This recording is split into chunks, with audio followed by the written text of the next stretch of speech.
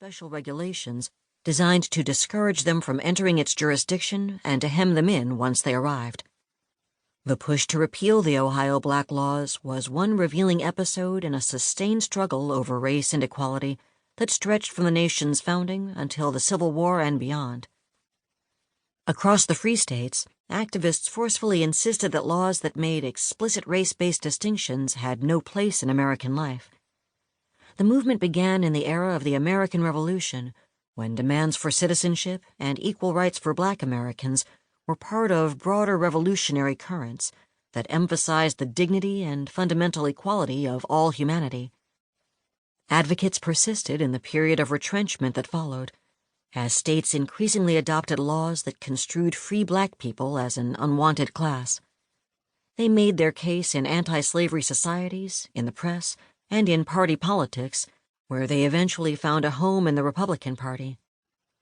During the Civil War and Reconstruction, Republican majorities in Congress pursued the agenda of racial equality before the law that earlier generations of activists had established.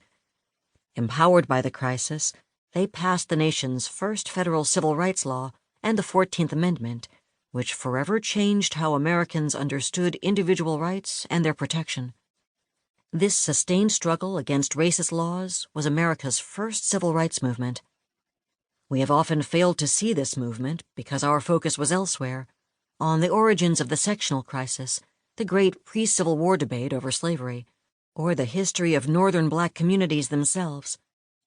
What we have missed was a struggle for racial equality and civil rights that spanned the first 8 decades of the nation's history, a movement that traveled from the margins of American politics to the center and ended up transforming the U.S. Constitution.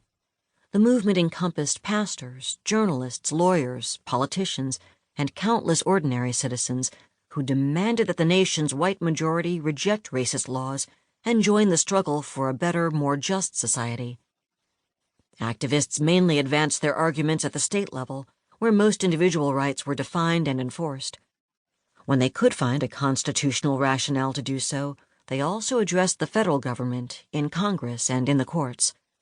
They pressed new ideas about citizenship, individual rights, and the proper scope of state power, and their arguments informed the remarkable congressional debates of the 1860s. The movement described in this book was a coalition that encompassed people with a wide array of views. African Americans were at the forefront of the activism and conceived racial equality most expansively. For Black people, the urgency was greater than for whites, and so was the danger. It was their children who were denied education, their property that could not be defended in court if they could not testify, and their brothers who might end up in a Southern jail while pursuing their livelihoods as sailors. In the decades after the American Revolution, African Americans in the Free States developed activist networks that spanned cities and regions. In newspapers such as New York City's Freedom's Journal and Ohio's Palladium of Liberty, Black correspondents and editors denounced racism and advocated racial equality in all areas, not only in what contemporaries understood as basic civil rights, but also in political rights and public accommodations, including railroads, steamships, and hotels. Repeal all laws and parts of laws that make a distinction on account of color, the Ohio Convention demanded in 1843, and you will make manifest to the world your love of justice, your hatred of oppression, and your determination to preserve a strict adherence to the great principles of your fathers.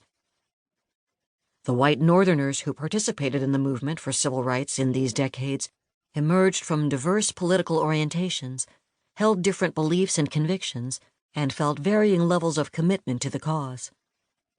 They included radical abolitionists who followed the famous leader William Lloyd Garrison beginning in the early 1830s, but their ranks extended well beyond that.